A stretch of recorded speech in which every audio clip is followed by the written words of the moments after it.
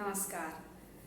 शादी ब्याह की स्मृतियों के क्रम में एक स्मृति और मेरे पिताजी बताया करते थे कि जब अपनी शादी में वो गए तो वहाँ पर द्वार पूजा की रस्म चल रही थी और उस समय जो है हमारे यहाँ के सारे लोग नाश्ता वगैरह करने में लगे हुए थे। तो उस समय मेरी एक मौसी थी जो बेहद खूबसूरत थी।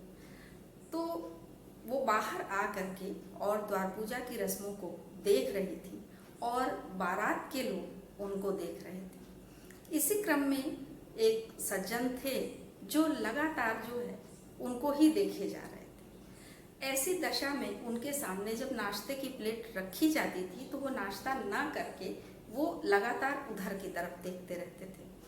तो हुआ ये कि किसी ने मजाक में उनकी प्लेट जो है ले ली कि अब ये नाश्ता ना करें, सामने से प्लेट खिंच गई, उनको पता भी नहीं चला। उसके बाद जो है थोड़ी देर के बाद फिर उनका ध्यान अपने नाश्ते की तरफ गया कि सारे लोग खा रहे हैं तो मैं भी खाते हुए द्वार पूजा भी देखूं और उनको भी देखूं। तो उन्होंने प्लेट की तरफ ध्यान दिया, प्लेट गायब। तो उन्होंने फिर से दूसरी प्लेट मांगी, दूसरी प्लेट रखी और फिर से वो देखने लगे उधर। फिर उसके बाद उनकी प्लेट फिर से किसी ने ले ली।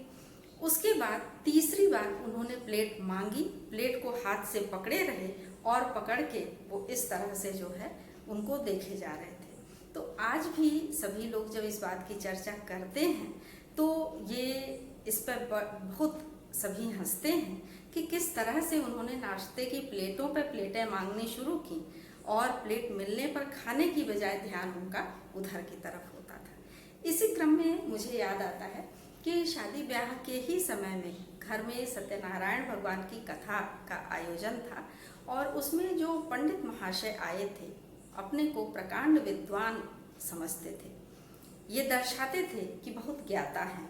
कथा चल रही थी, उन्होंने कथा सुनाते हुए कहा कि उसमें किसी व्यक्ति के विषय में वर्णन करते हुए उन्होंने बताया कि कुलीन ब्राह्मण थे और फिर उन्होंने इसका अर्थ समझाते हुए कहा कि कुलीन ब्राह्मण का मतलब आप समझ रहे हैं ना, उनके यहाँ के लोग कुली का काम करते थे। उसके बाद सारे लोग जो है मन ही मन उनकी इस बुद्धिमत्ता पर, उनकी इस बात पर हंस रहे थे और कुछ लोग ये संयोग भी मान रहे थे कि अच्छा संयोग है पंडित जी का कि मैं उस समय वहाँ पर नहीं थी, क्योंकि मेरे होने पर शायद मैं इस बात पर पंडित जी को टोक देती कि पंडित जी आपको इतना भी ज्ञान नहीं है। तो ये जो है हमारे पंडित महाशय की अल्प बुद्धि, अज्ञानता या अति आत्मविश्वास, जो भी कहा जाए इस चीज़ को, तो इस तरह की स्थितियों से कभी कभार दो चार होना पड़ता है। तो अगली बार के लिए फिर कुछ और